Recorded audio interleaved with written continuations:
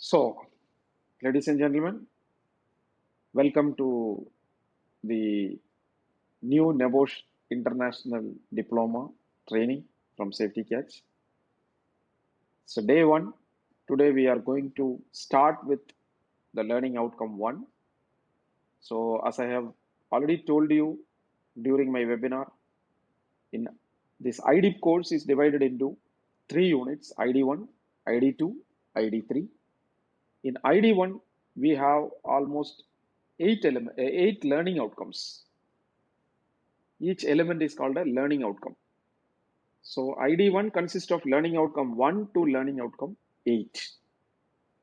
Then learning outcome 9 full will be the ID2 and learning outcome 10 will be the ID3. So we are starting today ID1 and I am going to start learning outcome 1. From here we start our this journey of international diploma till we complete the learning outcome 10 in the next 7 to 8 months. We will be having a long journey, a journey of knowledge. You will be gaining knowledge from various areas, even beyond the syllabus. We will be taking you, and you will be definitely enjoying these learning outcomes. So, once again, welcome all of you to this prestigious qualification, the NEBOSH International Diploma from Safety Catch. So, today's learning outcome 1. Today means it may carry on for tomorrow also. So this class, tomorrow means the next class. So once you have read this learning outcome, you will be able to advise on the type of legislation likely to apply to your organization and how enforcement actions can apply. So we will be studying on how occupational health and safety legislations are coming out, how they are made by the countries, what is the role of International Labour Organization in making these legislations. And we also will discuss about International Labour Organization's conventions, recommendations, code of practices. How can you utilize those documentations to improve the occupational health and safety within your organization? How are you going to refer to these documents to advise to your management whenever is required? And also we will discuss about the NGOs, the non-governmental bodies, what is their role and how we can utilize them to our benefit of managing this occupational health and safety. And these are the things we are going to discuss. So today's, I am slightly jumping to 1.3, skipping 1.1 and 1.2, which I will cover later. So I'm straight away starting with an introduction to this very important body, a global organization called the International Labour Organization, which is called ILO. ILO was created in 1990 as a, in 2019, 100 years is over. Centenary celebration has completed for this International Labour Organization. As part of the Treaty of Versailles that ended World War I. So immediately close to ending of the World War I, the ILO was formed, basically to reflect the belief that universal and lasting peace can be accomplished only if it is based on social justice. So it was recognized that labor is not a commodity. Human beings have human rights. Every human being have equal human rights, whether it is employer, employees. You know, previously, if you read the history, there was slavery. Workers were considered to be slaves. They never had any freedom, any human rights, no specific working time, no wages, no holidays. They were treated like animals, traded in the market. It was a pathetic situation in the olden days. If you read the history, you know about it. So some like-minded people, joined together, some countries joined together, and they thought this should come to an end. This kind of cruelty should come to an end. There should be an international platform which look into this matter and should change. The slavery should change. The situation should change, whereby every worker has his own human rights being protected, has got freedom of association, freedom of bargaining, collective bargaining. They should have some self-respect. They should have some dignity. So this was during that period, it's almost like a renaissance. The thought process was very clear. So they formed this organization called the International Labour Organization.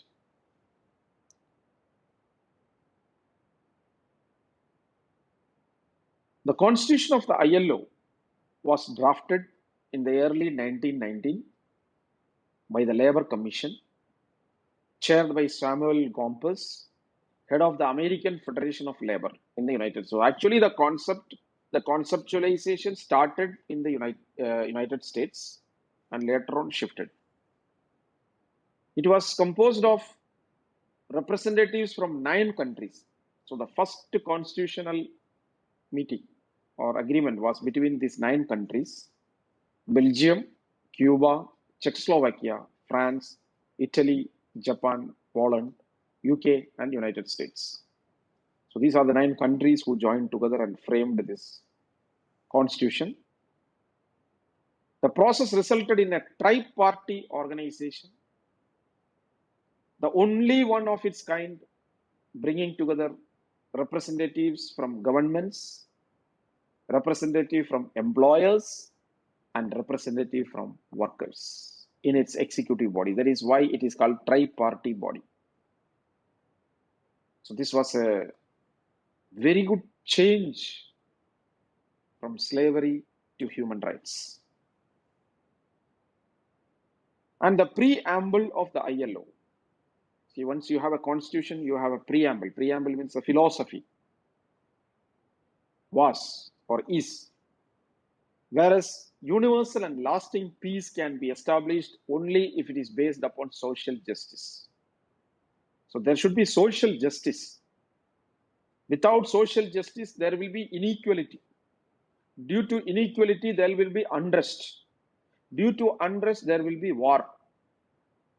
So they said, if you want to bring end to this world war, before that, war itself was a job. It was like an industry. Waging war was doing a business. In the olden days, if you read the history, you come to know it.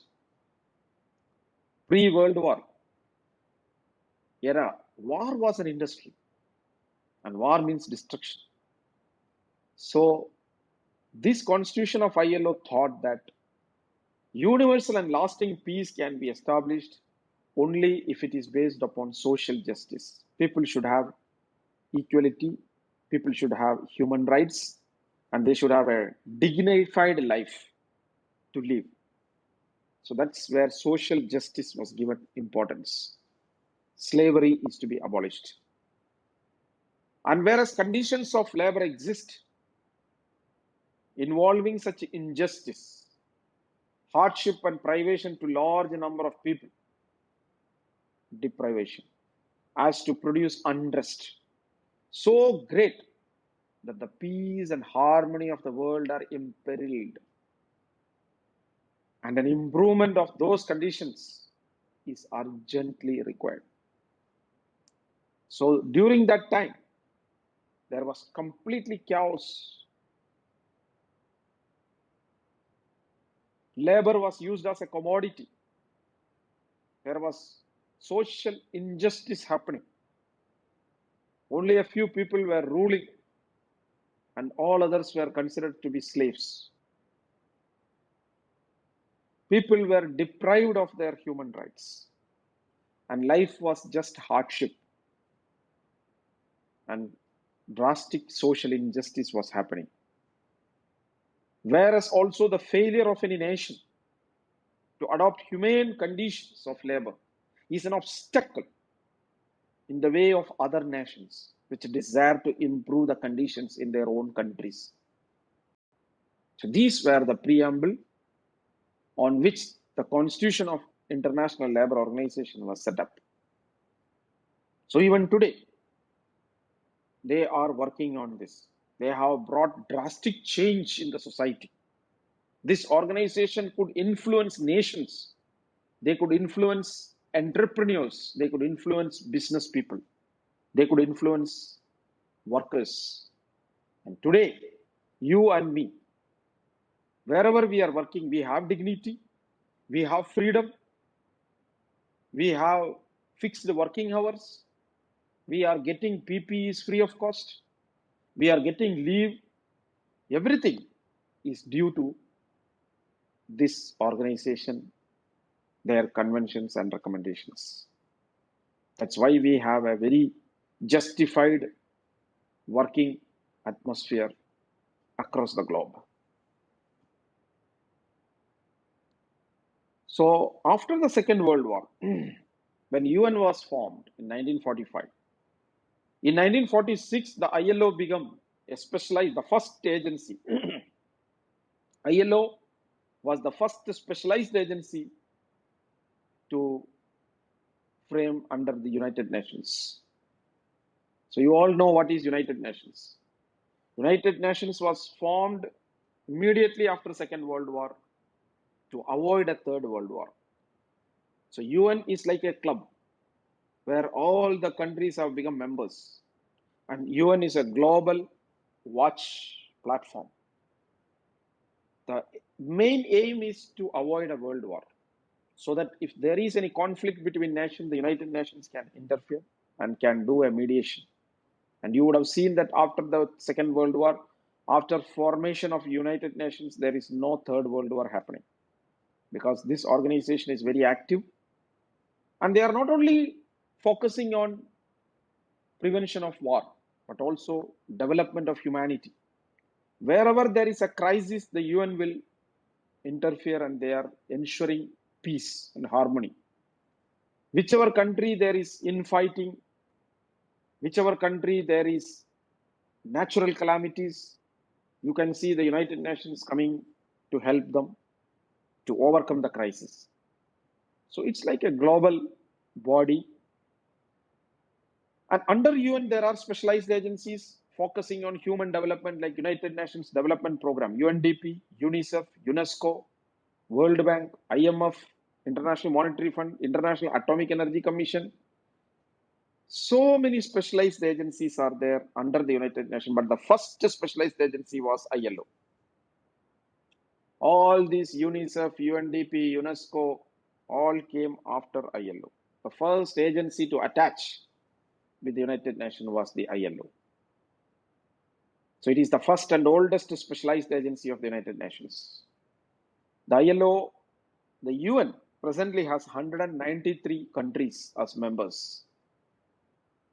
The whole world, if you see, there are 203, I think, if I'm not wrong, 203 countries are there in this world.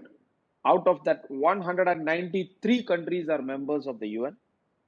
Some small countries, they cannot afford membership, though, and they are not taking membership. But if you see the majority of the countries, 193 countries in this world are member of UN. Out of that, 187 members. ILO has 187 members, 186 from UN and one Cook Island, except, which is not part of the UN. And presently, even though it originated in the United States, but it developed in Switzerland. So the headquarters of UN is now in Geneva, in Switzerland, from where it is doing a phenomenal operations, looking after the world harmony in terms of employees or workers community, the dignity of employees. So the International Labour Office organization has developed international labor standards. What is the purpose? The purpose of international labor standards is to inform the world that labor is no more a commodity. You cannot purchase people. You cannot trade people. You cannot have absolute right on any individual to be your slave, to make them work. Economic development should include creation of jobs and working conditions in which people can work in freedom, safety, and dignity. See, you need economic development, but that economic development should not be at the cost of employees. It should create jobs and good working conditions where people can work with freedom, safety, and dignity. You just imagine. See, this concept was framed in 1919. That time it was not even, thinkable that laborers would get freedom, laborers would get safety, and laborers would get dignity. So today, each and every employee across this globe are enjoying this. They are enjoying freedom. They are enjoying safety and they are enjoying dignity thanks to ILO. That is the success of international labor organizations and their standards. So definitely this organization has got a great role when it comes to these three: freedom of employees, safety of employees, and dignity of employees. So we are concerned about this. So they focus directly on this. Employees should be safe. You cannot kill a person because he is coming to work. You cannot make a person sick because he is coming to work. There should be actions if it is done. So the whole world, the International Labour Organization, is focusing on the condition of occupational health and safety in all the countries who are members of the ILO. And they are guiding the nations through the international labor standards. So what are international labor standards? International labor standards are divided into conventions, recommendations, and code of practices. You can note down. The international labor standards are divided into conventions. They are prefixed by C. Recommendations are prefixed by R. Then there will be numbers: C1, C2, C3, C4, like that, R1, R2, R3, R4, various subjects. And code of practices are prefixed by COP.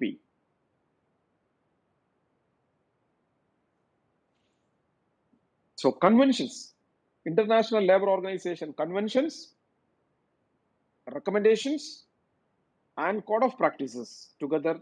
And along with conventions, there are also protocols.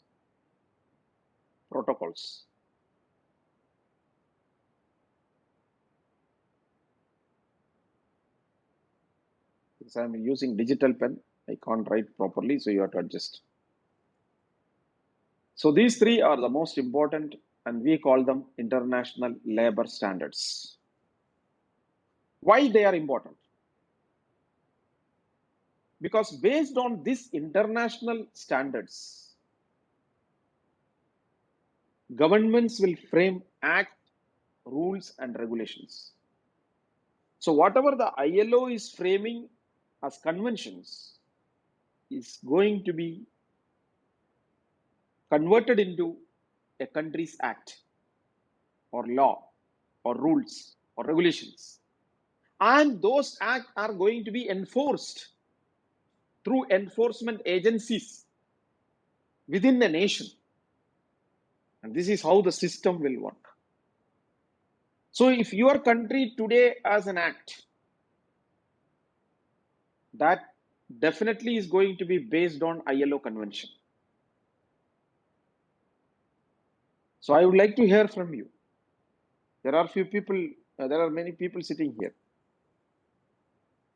Can anybody tell me any labor act or any labor code or labor act which your country predominantly following? Anybody? In India, what are the act we have? Anybody working people, can you respond now? You have to switch on the mic and respond. In India, what are the act? Indian Factory Acts. Very good. We have Indian Factories Act. Then, any other act you know in India? We have BOCW Act. Correct. We have Building We and have Other Construction Workers State Act. Insurance Act. Yes. Employee State Insurance Act. ESI Act. Correct. We Yes, have ESI Act. Employee State Insurance Act. Correct. Any other act? There are so many acts. Environmental Pollution Control Act, EPA. We have this Yes. recent Occupational Health and Safety Code. Fantastic. I was expecting this. Recently, in 2020, Government of India has brought a new Code of Occupational Health and Safety 2020, which is going to replace 14 Act. Already replaced. Actually, due to this COVID situation, government is not implementing it in a major way, but already this act is passed in the parliament. Some discussion is still going on. This is going to replace all the 14 act we have presently, starting from Factories Act. Because the Factories Act is 1948, BOCW Act is 1996, EPA Act is 1984. So all these are now obsolete. The government is scrapping all these 14 Act and bringing this new Code of Occupational Health and Safety Working Conditions of India 2020. So slowly you will be seeing that, and there is a drastic change going to happen, which we will discuss later. So all these acts are basically framed based on ILO conventions. Okay. Any other person from apart from India here in this meeting, in this class? Any person from any other country who knows about your country's act? It's blessing from South Africa. We've got Occupational Health and Safety Act 85 of 1990. You have Occupational Health and Safety Act of 1985? Occupational Health and Safety Act 85 of 1993. 1983. Okay. Very good. From South Africa. Very good. Anybody else here from the Middle East? Yeah, in Oman labor law. Labor law of Oman. Okay. And I would expect you all to have a copy of this act. If you have a copy of this act, it will be very easy for you to understand. I will share you this Code of Occupational Health and Safety of 2020 India. And most of you might be already having people working in India. You have a copy of Factories Act. You have a copy of BOCW Act. There is a requirement I will be telling you later. So first of all, please understand that whichever may be the country, your major Occupational Health and Safety Act are basically based on ILO conventions. Okay, so we'll see how they are. So these three documents together, they are very, very important because they are international act, especially these conventions. Conventions are very, very important. We'll be discussing that very soon. So as of now, please understand that International Labour Organization, they are publishing conventions, recommendations, and code of practices, which are very, very important for any safety professional to refer to get a clarity on what is an international standard on OHS. And naturally, that is your country standard also, because if your country is a member of UN or a member of ILO, definitely these conventions are going to be converted into your country's act. We'll see that. So we'll first talk about ILO conventions. See, what is convention? A convention is nothing but a guideline, or you can say it's a kind of instructions, which is already passed or approved in the ILO Council. We call it General Council. Every year, ILO has a General Council meeting. So each and every country who are member of ILO, they will send representatives. The country will have two representatives, like a minister. Generally, one is the labor minister of the country, then some secretary, labor secretary. Then one representative from business people, representing employer. Some employer organization, like we have Confederation of Indian Industry, Chamber of Commerce. So they will select one business tycoon who to represent the employer side, and one person will be selected from the employee side, maybe union leaders or worker representatives. So these four people from every country will go and attend this conference, International Labor Conference or whatever it is, in the General Council of ILO.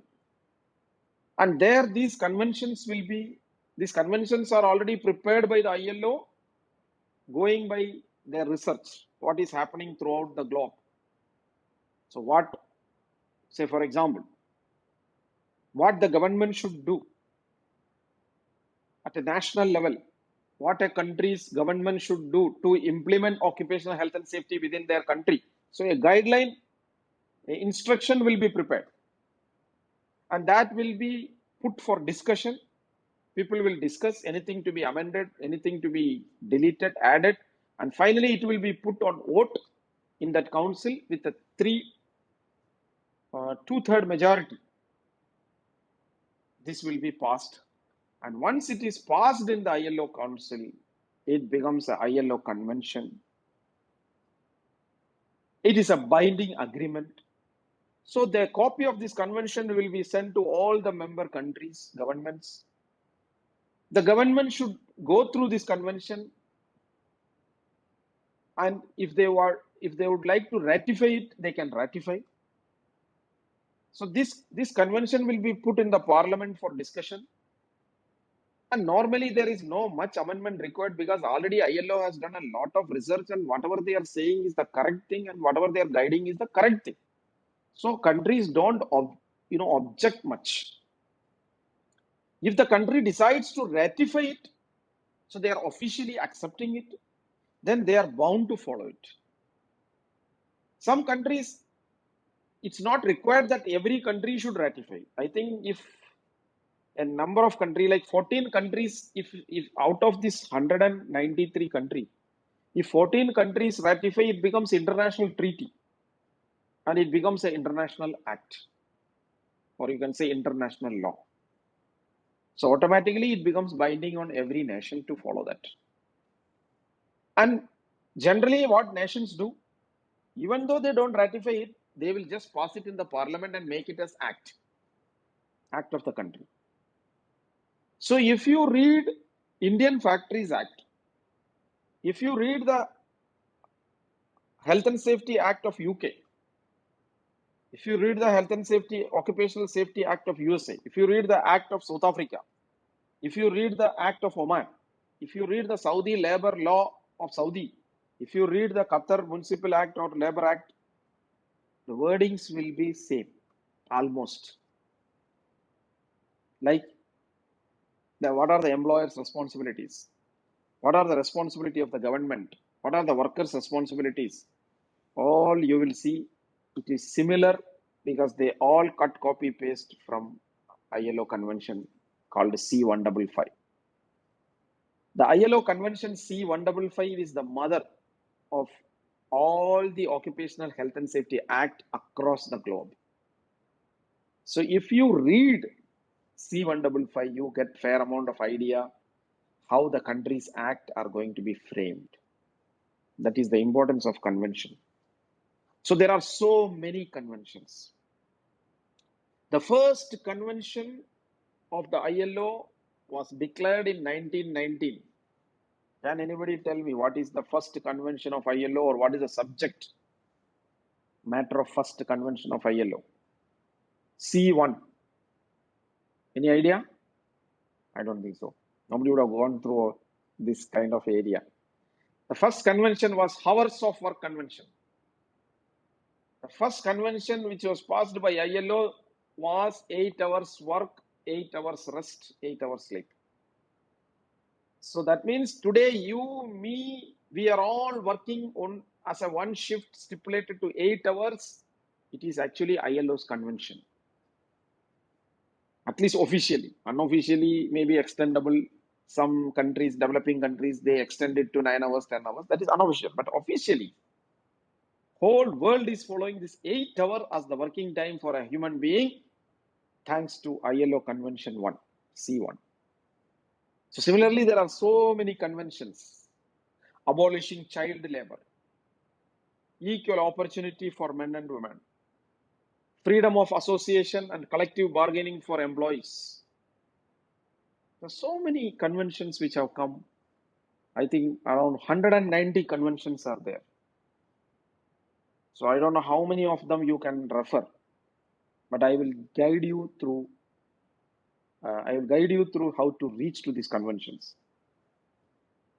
The adoption of a convention by International Labour Conference in the ILO allow government to ratify it.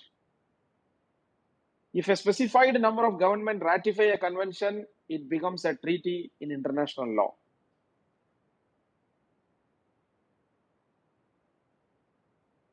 Ratification of convention is voluntary. If countries ratifies a convention, it must apply its provisions, like the C155. I will give you an example, a story of what is the importance of ILO convention. Some 7-8 years back, I was reading this story in a newspaper.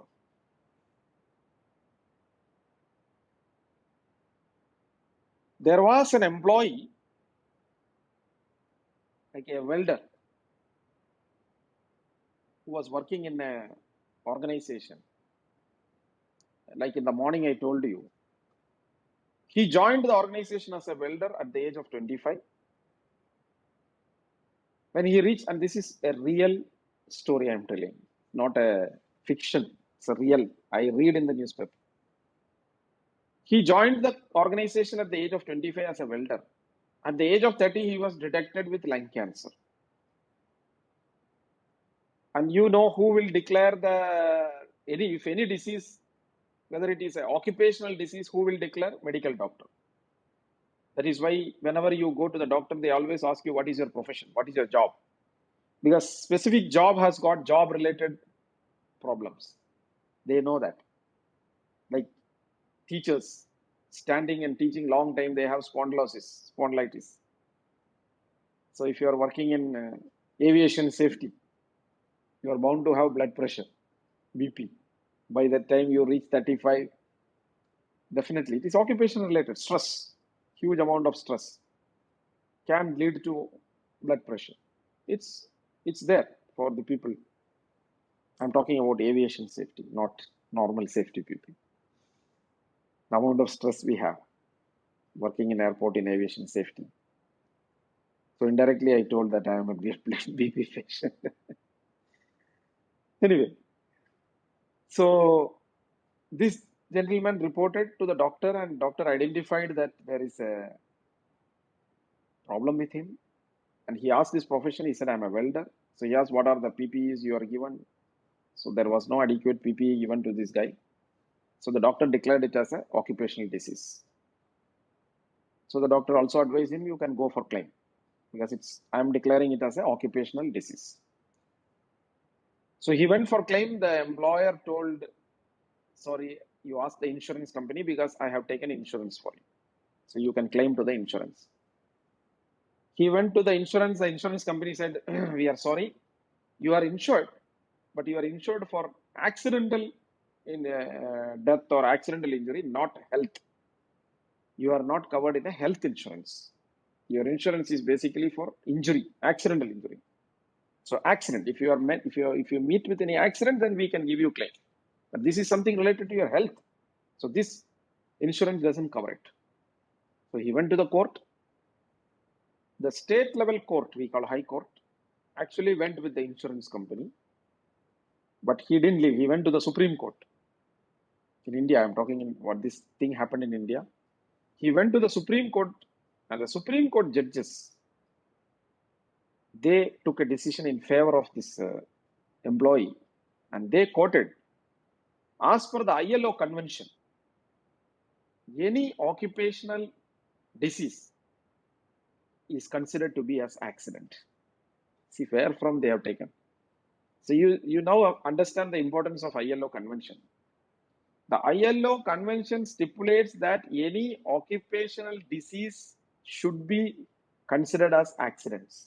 I think the latest ISO 45001 also terms and definitions has included this. When you refer ISO 45001, just see. I think it is included in the 45001. So the Supreme Court told the insurance company that they should give him compensation because this, even though it's a disease, since it is work related, it is considered to be an accident and he is eligible for the complete claim and they had to pay it because it's a verdict from the Supreme Court. So now you understood what is the importance of ILO convention. It is taken as the final word in occupational health and safety across the globe. Not only in India, in any country, ILO conventions are the final word in occupational health and safety. So C155, giving guidance to the nation as to what they are supposed to do, how they are going to legalize safety in their country, how they are going to monitor safety in their country. All these guidances are given through C155. Okay.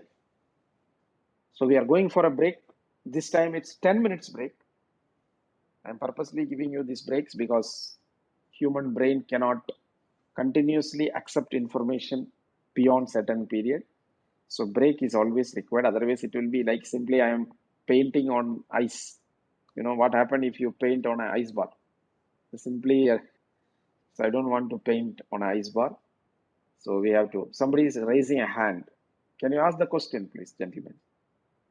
Yes, sir. Vivek this side. So one question, like we have an international court of criminal. So is there any international court for occupational health and safety? Your question is very relevant. International Court of Justice is dealing with everything international, including OHS. See why I said including, because not only OHS, they have a lot of other domains like maritime and all these airspace violations, sea violations. So International Court of Justice always refer to international standards. So when you take up a case with International Court of Justice, they refer to ILO conventions because ILO conventions are considered to be international laws for occupational health and safety. Clear? Right, sir. Thank you. So suppose there is a bone of contention. See, like the Supreme Court of India had to refer because there may not be any literature within our country regarding the scope, whether occupational disease is, but where they referred to ILO convention and said, once the ILO convention accepts, that means it is accepted.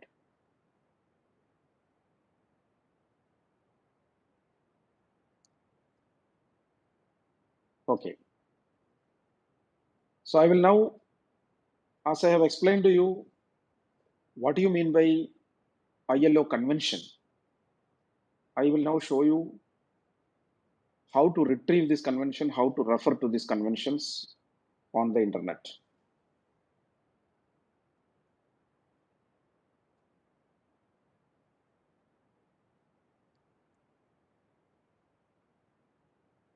So go to your Chrome and just search. See the way I am now searching and retrieving, you should just do the same thing. In Google, just search ILO. So you can see this International Labour Organization, click it. This is the ILO website. Okay, all of you should familiarize with this. I would request you, there is a free newsletter subscription.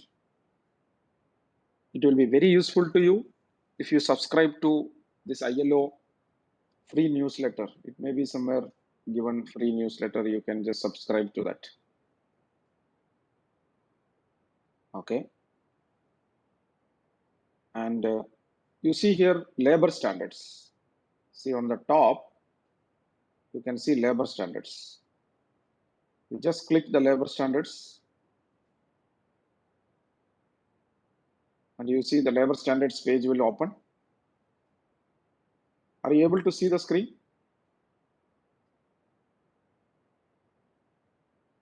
Yes, sir. Okay. Yes, sir. So you see here labor standards. To the right, you can see here convention and protocol.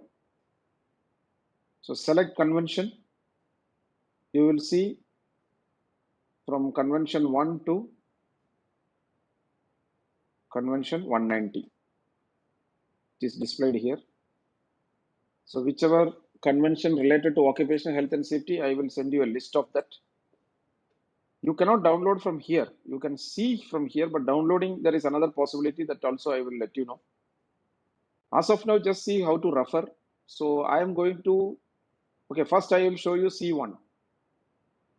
So convention, first convention, you click it, it will open. You can see here the convention 1, hours of work for industry convention 1919, which is selected as the first convention, and you can just go through this. There will be a preamble for every convention. Preamble means I told you the philosophy, the purpose.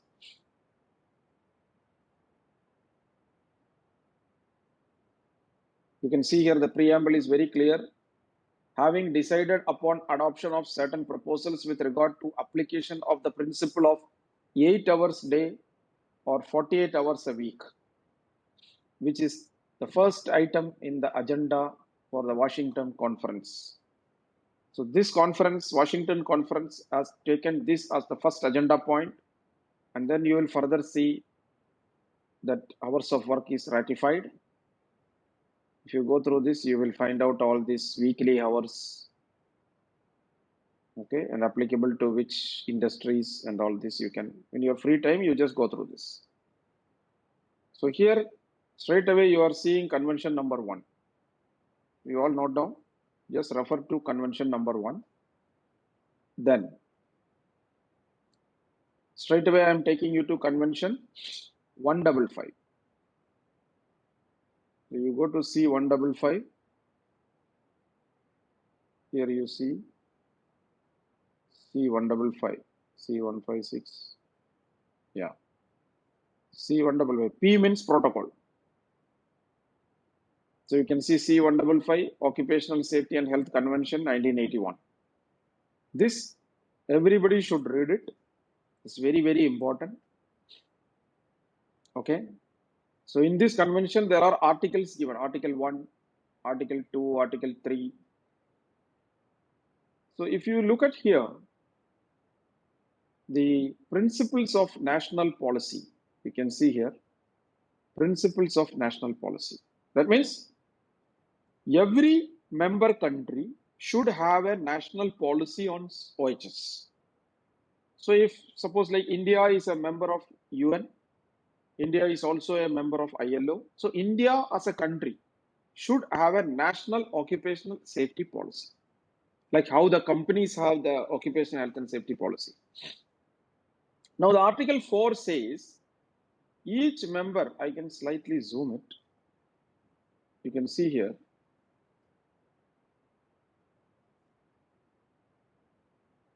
You can see here what it's written.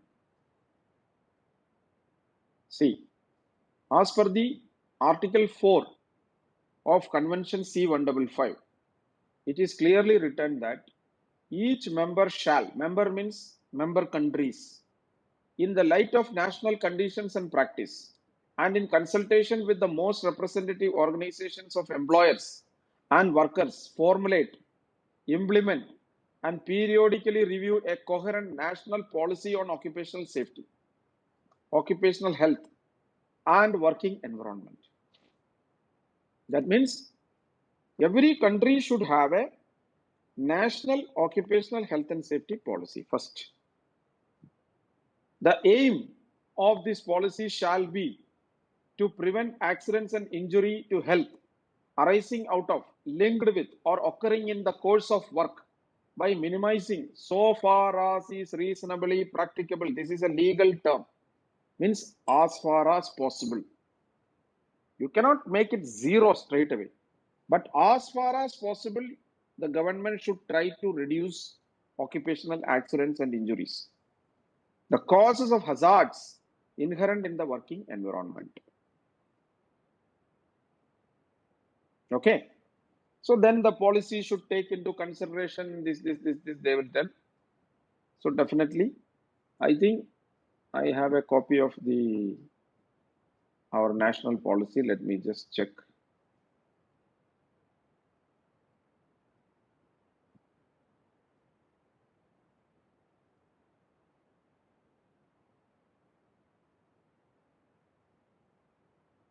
Yeah.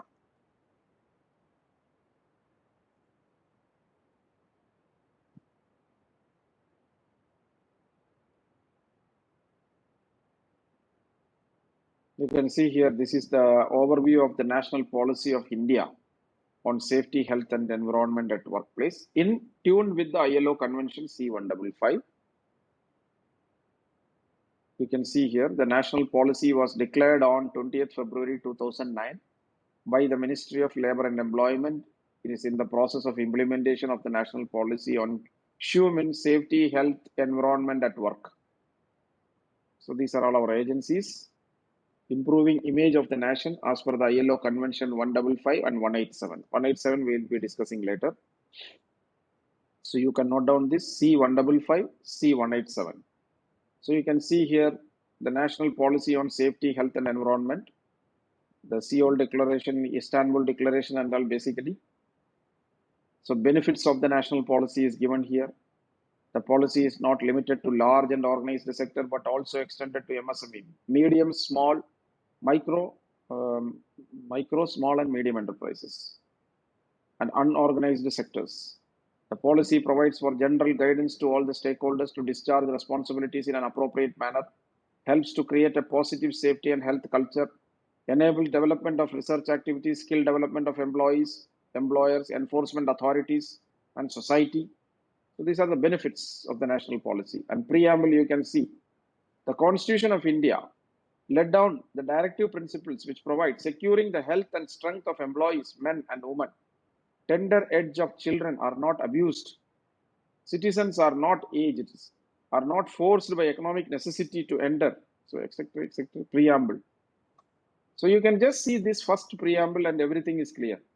Government of India believes that without safe and healthful conditions, social justice cannot be met, and that safe and healthy working environment is recognized as a fundamental human right. So this is the first national policy of occupational health and safety, Government of India. It is published already. So this is based on the requirement of the ILO Convention C155. So every country will have a policy like this. I'll be sharing this with you. So in your free time, you can go through that. So you have seen the national policy, how a national policy is like.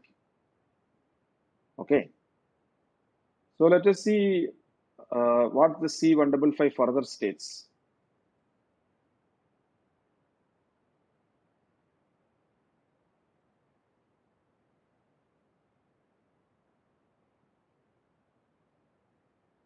So here we have seen the principles of national policy, how a country has to develop a national policy. The guidance is, so based on this guidance only, the countries make the national policy.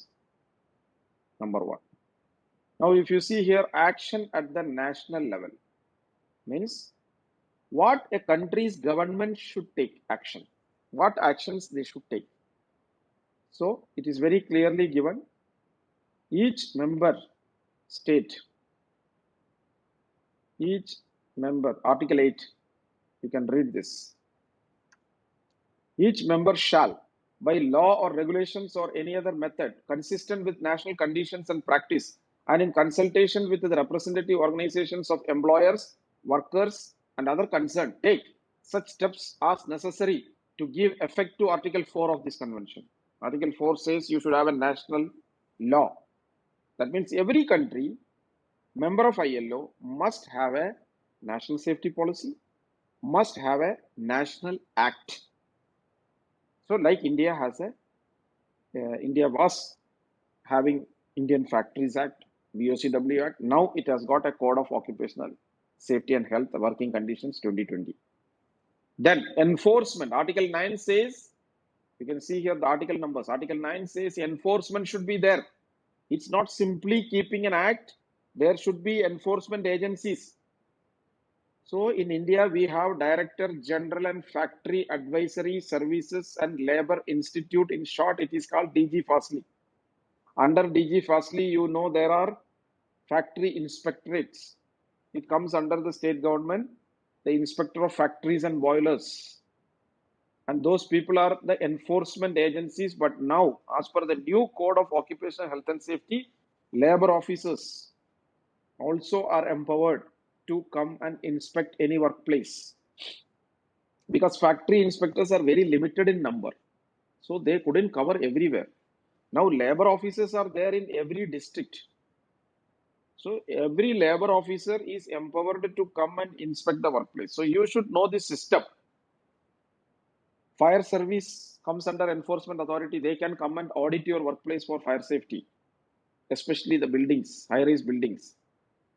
The police department, they are enforcement agencies. Civil defense mechanisms. So every country will have a national safety policy. Every country will have a national safety act. And every country will have an enforcement system. Even the court is coming under enforcement system. Because anything enforcement, finally it goes to the court. So the employers need to be punished if they are violating that act. Whoever violating, whether it is employee, whether it is employer, there should be enforcement system to check them that these act and laws are being implemented, and there should be a system to check and take action, and that system is called enforcement agencies. So all these things are given here. Now you got an idea as to what is C155 is about. So coming to action at the level of undertaking. Now, what is undertaking? Undertaking means organization, company. First is nation. What nation should take? What national government should take? Already it is covered in Article 8 to 15. Now, coming to Article 16 onwards, what employers are supposed to do? If you are an employer, then read Article 16. What Article 16 says? Employers' responsibilities. Employers shall be required to ensure that so far as reasonably practicable, the workplaces, machinery, equipment, and process under their control are safe and without risk to health.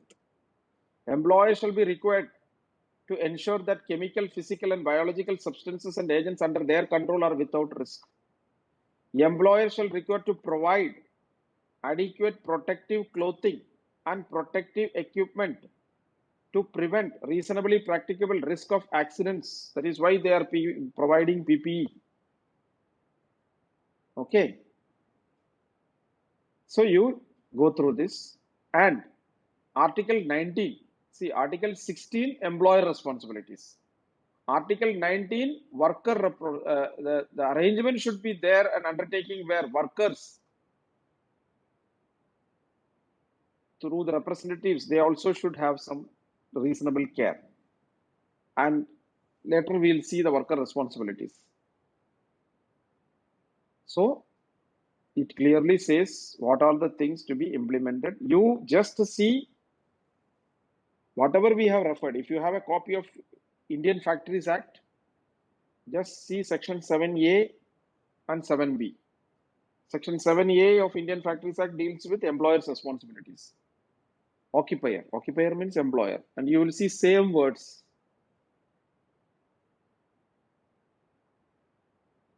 Okay. Same words you will see there, employer responsibility, because it is taken from C155.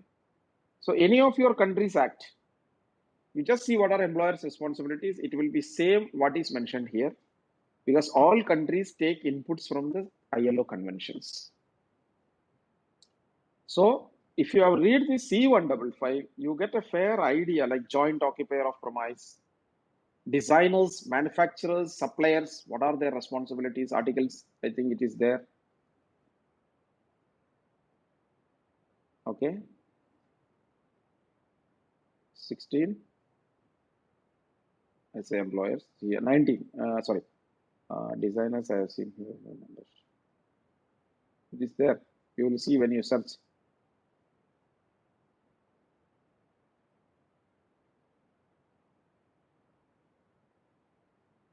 Now, here, Article 12.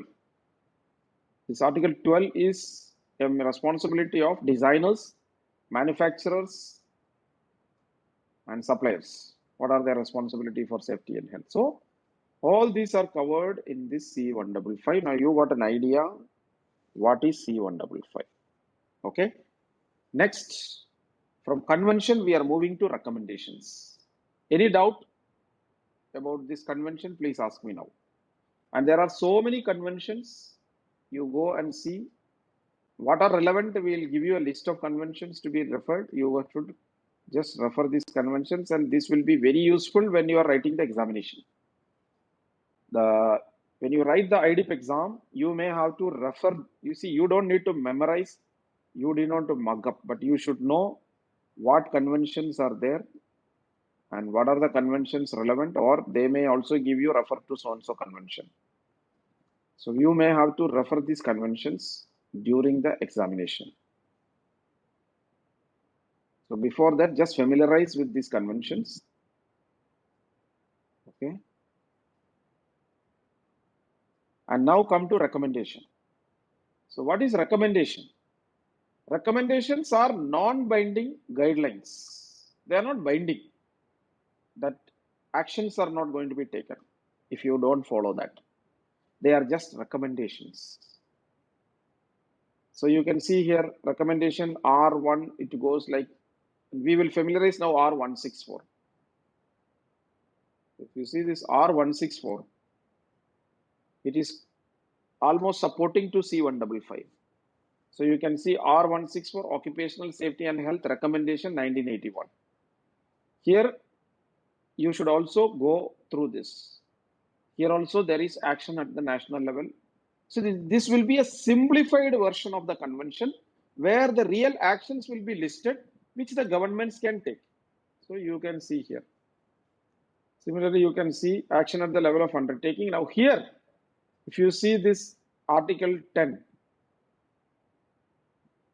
it is very clear what are employers' responsibilities. Note down.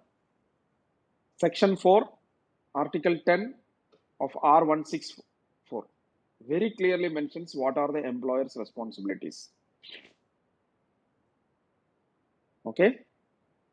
This serial number, section number, I am telling article number, Article 10, section number 4 of R164. Note down. It clearly gives what are the employer's responsibilities. Similarly, it will also say about the workers' responsibilities also.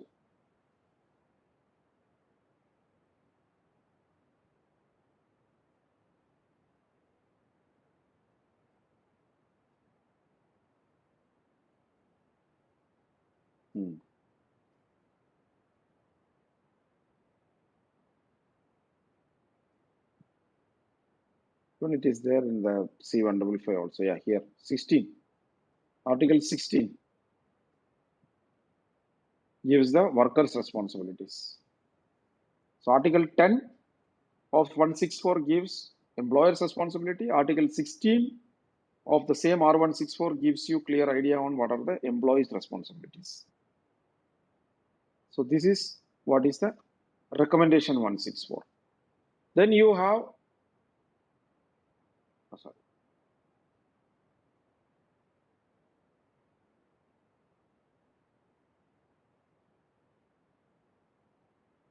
so these recommendations we have just now seen.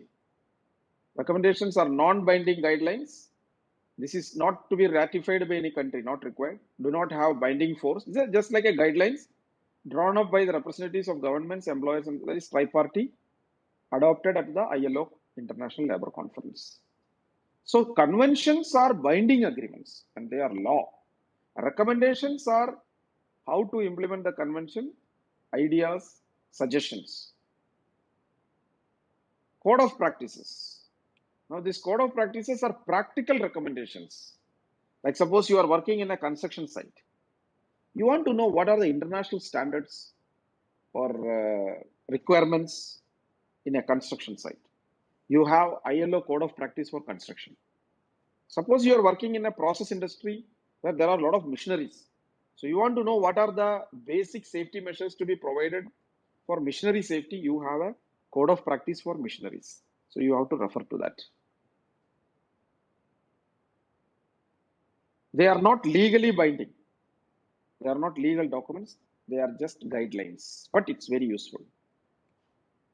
They are not intended to replace any national laws or standards. As I told, it's a guide to you and based on some international standards. It aims to serve as a practical guides for everybody, especially for OHS professionals, whether it is employer, for any public authorities. Just you need to have reference document. What are the basic safety measures to be required in a construction site?